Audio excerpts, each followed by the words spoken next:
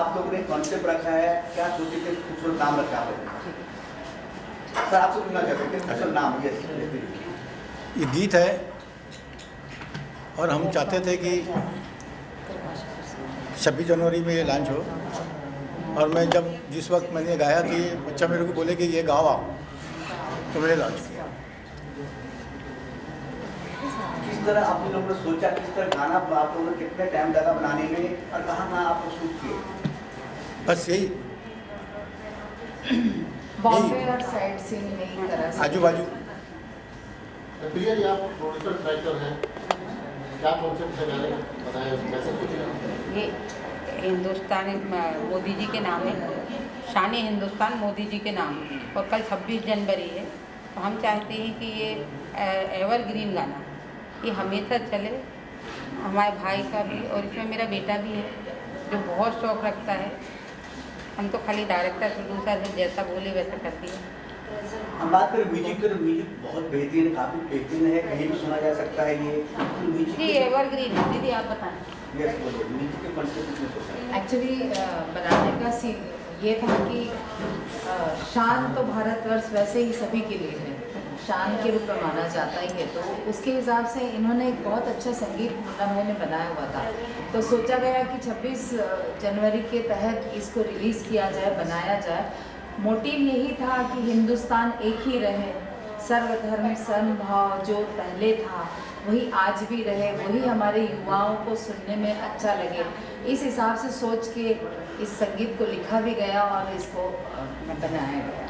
शाम साहब, छोटी उम्र में बहुत बेहतरीन काम किया आपने, हम जानना चाहते हैं इतनी सही टैलेंट किस तरह आपने सोचा कि इस तरह करना चाहिए डिजाइन में सब आपने? अभी एक दिन था रैंडमली घर में गाना बज रहा था, तो ये भी गाना गा रहे थे।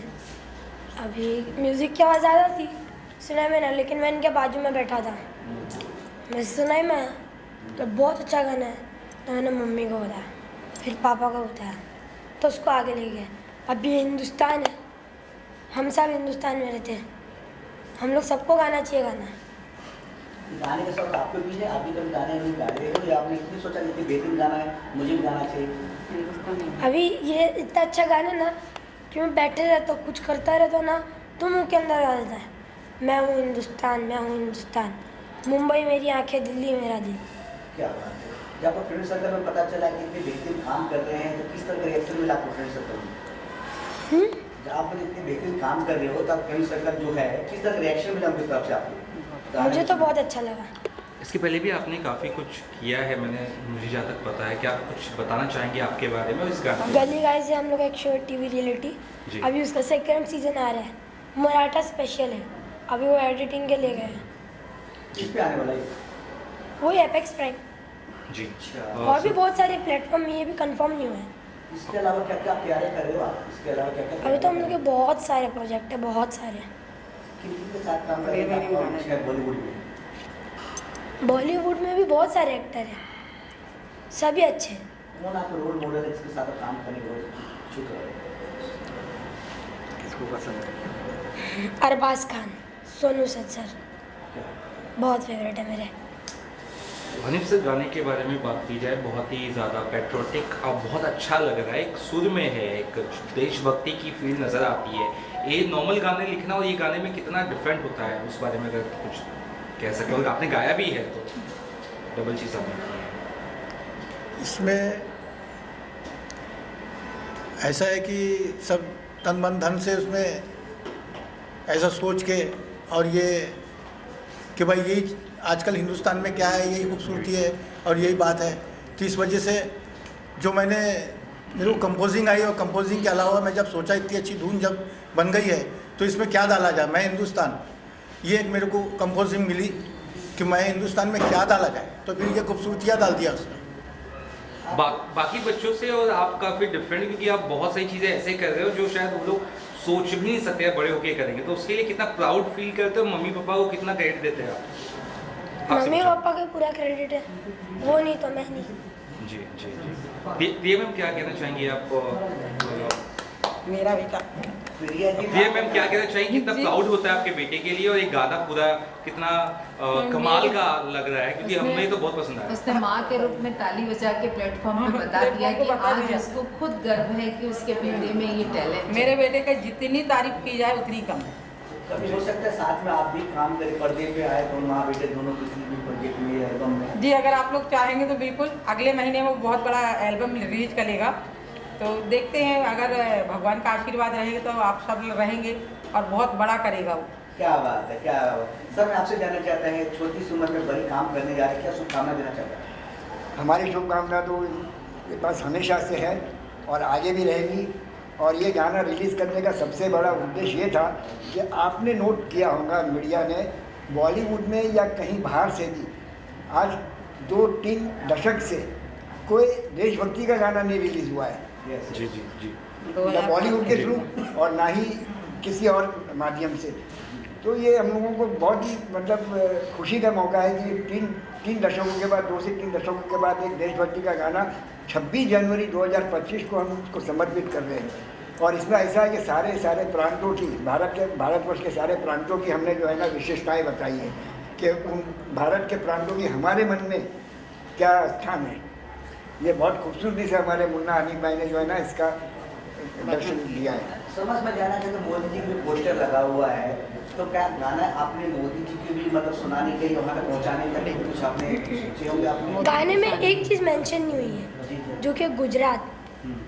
अब ये गाना हम मोदी जी को रिफ़र कर रहे हैं क्योंकि पूरे गुजरात की शान है मोदी जी।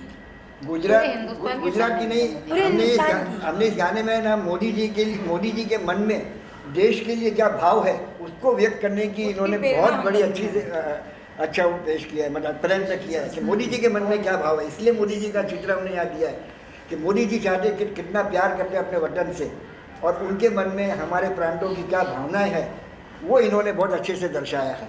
और इसलिए इसका टाइटल, इसके लिए हमने इसका नाम रखा शान हिंदुस्तान, मोदी जी के नाम। क्या बात है। अनिल जी, आप एनर्जी काफ़ी बनती हुई देखा मैंने वीडियो में, काफ़ी से तिरंगा का चूम रहे हो, एक डबल पावर दिख रहे हैं आप इसमें। जोश जो है, अगले भी कुछ आने वाला वक्त तो देखने को मिलेगा नया कुछ प्रोजेक्ट में? नहीं तो ये आइटम ही है कि आप भी गाएंगे तो आप भी पावर में आ जाएंगे। बहुत अच्छी, सही बात है। ये आइटम ही है, एक लाइन आप जो भी सुनेगा तो वो एक लाइन एक लाइन जी, एक लाइन बम्बई मेरी आंखें, दिल्ली मेरा दिल, बम्बई मेरी आंखें, दिल्ली मेरा दिल, कलकत्ता मेरी जुल्फें, कलकत्ता मेरी जुल्फें, लखनऊ कान का तिल, जयपुर मेरे सर की चुनरिया, जयपुर मेरे सर की चुनरिया, गहना राजस्थान, मैं हूँ हिंदुस्तान, मैं हूँ हिंदुस्तान, मैं हूँ हिंदुस्तान, मैं हूँ हिंदुस्तान।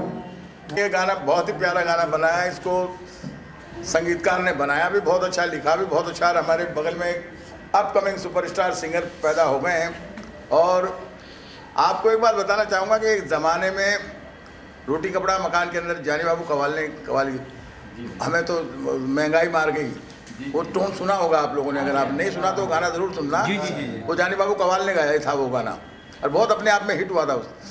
तो बहुत दिनों से, कई सालों से, तो नहीं मैं समझता हूँ 30-40 साल हो गए, ऐसी आवाज़ अभी तक इंडस्ट्री में आई नहीं।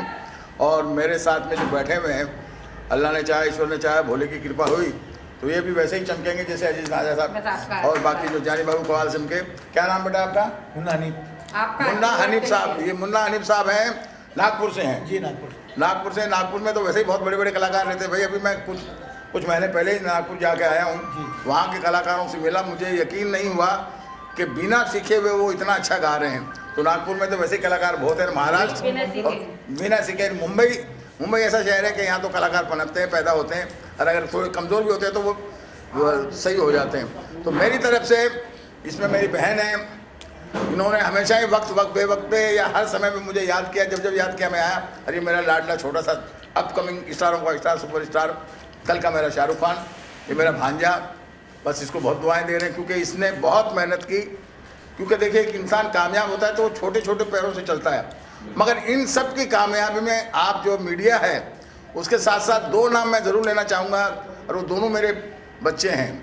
वसीम साहब और नज़मा जी, वो दोनों चाचा मतलब भतीजे भतीजी हैं मेरे, वो मेरे बेटे ही हैं, बच्ची है। उन लोगों का बहुत बड़ा हाथ है इस चीज़ को सक्सेस करने में। तो मैं चाहूँगा कि नज़मा जी और वसीम साहब भी हमारे पास आ जाए साथ में। क्या है कि आपके बिना ये इंटरव्यू अधूरा रहेगा। और मैं चाहूँगा कि अब मेरा जो भांजे साहब है, आप जरा कुछ बोलिए। सर क्या कहोगे जब आज सर के सामने बोल दो सब। इतने लेजेंड लोग आते हैं आपके एल्बम लॉन्च करने के लिए, क्या कुछ कहेंगे, क्या फील होता है उस वक्त? अभी मुझे बहुत अच्छा लगता गाना है, बात है करते कि इतना बड़ा गाना है इनका, इतना बड़ा गाना है। जब भी कोई लड़की देखूं मेरा दिल दीवाना बोले ओले ओले ओले ओले।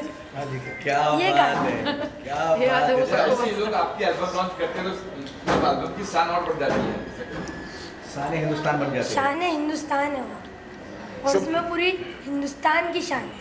शुक्रिया शुक्रिया, बहुत शुक्रिया।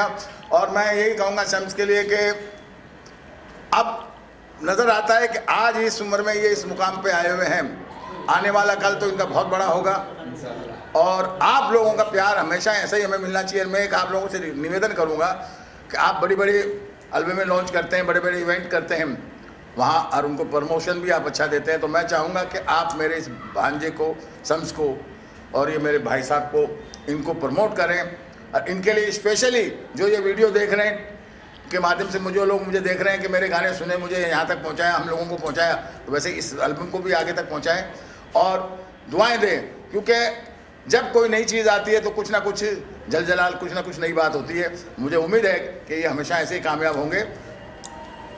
और मेरे साथ एक बहुत बड़ी हस्ती बैठी हुई है जिनका नाम है सलीम भाटी साहब।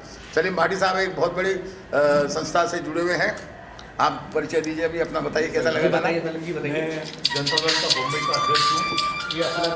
हाँ, अंदर आ जाओ जी। और दिलीप साहब हमेशा कोई भी प्रोग्राम में, वसीम भाई है, नज़मा आप आए, हमेशा मुझे बुलाते हैं, बाकी कुछ नहीं। ये कॉलेज जहाँ पे गाड़ी खड़ी थी ना, उसको देखना सीढ़ियाँ डेस्क में। बहुत अच्छा लगा मुझे। बहुत जैसे ये 26 जनवरी और 15 अगस्त में जैसे अपना राष्ट्रीय गीत बजता है, शायद ये गाना भी ऐसा बजना चाहिए, ये मेरा है। जिससे भाई आपका कहेंगे सर, ऐसे हस्ती आपके यहाँ पे आए। अब इन लोग के सामने मैं क्या बोल सकते हैं, इन्होंने जो तारीफ की मैं बहुत शुक्रगुजार हूँ इनका। जी। ऐसा है, मैं इनके सामने कोई छोटा सा आर्टिस्ट हूँ। क्या इन्होंने मेरा हौसला अफजाई किया। और हमारे बड़े भाई है, वो भी हमारे गुरुजी भी है, जिनका भी इन्होंने नाम लिया, जानी बाबू कव्वाल, अजीज नाजा कव्वाल। तो ये भी जो है हमारे बड़े भाई लोग हैं, और इनसे ही हमने सबसे, इन लोग से गाना बजाना सीखा है। बस हम इनकी बस यही दुआ सुनना चाहते थे कि भाई ये हमारे सर पे हाथ रखे और आगे हमारी, और यानी समझो हमारी हौसला अफजाई हो और हम और अच्छे से अच्छा कोई आइटम गा सके। बस। पेट्रोलिक सॉन्ग बहुत कम आते हैं, बहुत अच्छे सॉन्ग वैसे बहुत कम आते हैं, क्या कहना चाहेंगे इस बारे में? मैं कहना चाहूँगा क्योंकि जिस हिसाब से इन्होंने शब्दों को पिरोया है कि हिंदुस्तान की बखान हमारे आत्मा से की है, तो ये फैक्ट है कि हम हिंदुस्तानी की आत्मा ही हिंदुस्तान है। क्योंकि हम चाहे किसी भी कौम के हों, हिंदू हो, मुस्लिम हो, सिख हो, ईसाई हो, बुद्ध हो, जैन हो, जो भी हैं हम लोग यहाँ हिंदुस्तान में जो बासिंदे हैं, वो बड़े फ़ख्र की बात है कि हम दुनिया में लोग तो कहते हैं कि विश्व गुरु, मैं तो कहता हूँ विश्व गुरु थे, हमेशा हैं और आगे भी रहेंगे। क्योंकि जो सबसे बड़ी चीज़ है हमारे यहाँ पूरी दुनिया में, जो सबसे बड़ी चीज़ है यहाँ पे, वो है संगीत। और संगीत सिवाय हिंदुस्तान के अलावा कहीं भी पैदा नहीं हुआ, जिसको श्याम वेद कहते हैं। तो मैं यही कहना चाहूँगा आप लोगों के माध्यम से, मीडिया के माध्यम से, कि हम बहुत भाग्यशाली हैं और आप सब भी भाग्यशाली हैं कि हम लोग हिंदुस्तान में पैदा हुए और हिंदुस्तान का गुणगान गाएंगे, उसी में हमारी शान है। क्या बात है, क्या बात है। Thank you. 26 जनवरी की आप लोगों के माध्यम से सारे भारतवासियों को हम लोग 26 जनवरी की बधाई देना चाहेंगे ये गाना रिलीज के साथ में। धन्यवाद। Thank you.